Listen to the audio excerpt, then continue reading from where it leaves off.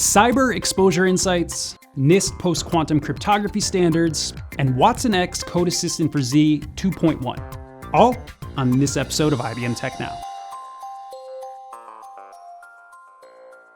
Cybersecurity is becoming more and more challenging for enterprises. With a 71% year-over-year increase in cyber attacks that use stolen or compromised credentials, and 1 in 3 data breaches involving shadow data, the proliferation of data is making it harder to track and safeguard.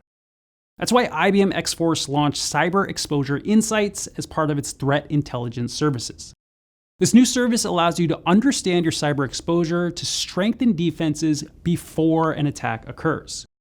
With Cyber Exposure Insights, you can monitor the surface, deep, and dark web to detect potential safety risks and identify at-risk credentials before criminals do, identify instances of brand impersonation, and monitor social media for signs of forthcoming attacks, monitor suspicious domains to identify ones associated with malicious activities such as phishing attacks or drive-by downloads, and implement takedowns to minimize digital risk.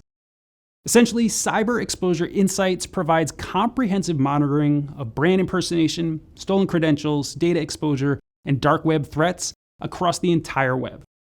It's an early warning system that can help you move from reactive to proactive, empowering you to take preventative actions before a potential breach wreaks havoc. To learn more, check out the link in the description of this video. Next up, the U.S. National Institute of Standards and Technology, or NIST, has released Federal Information Processing Standards publications for 3 quantum-resistant cryptographic algorithms.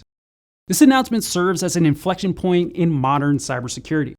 As the global benchmark for cryptography, the NIST standards signal that the time has come to make the world's information security systems resistant to future cryptographically relevant quantum computers.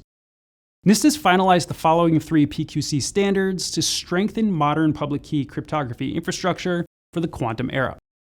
First is MLChem, a key encapsulation mechanism selected for general encryption, such as for accessing secured websites. Second is MLDISA, a lattice-based algorithm chosen for general-purpose digital signature protocols. And third is SLHDISA, a stateless, hash-based digital signature scheme. Those first 2 standards were developed by IBM Research cryptography researchers in Zurich with external collaborators, and the third was co-developed by a scientist who has since joined IBM Research. NIST has been encouraging organizations to plan and prepare for the quantum-safe migration in advance of this moment. However, the release of the standards gives organizations the assurance and guidance they need to begin the transition to post-quantum cryptography. To learn more, hit the link below. To finish things up today, let's talk a little about IBM watsonx Code Assistant for Z, which is built to assist developers, architects, and system programmers in modernizing their mainframe applications through the use of generative AI and automation. Available now, Code Assistant for Z 2.1 further assists developers and system programmers in optimizing COBOL application performance and understanding JCL code. The first new feature is Code Optimization Advice, which is designed to streamline COBOL application development and enhance performance.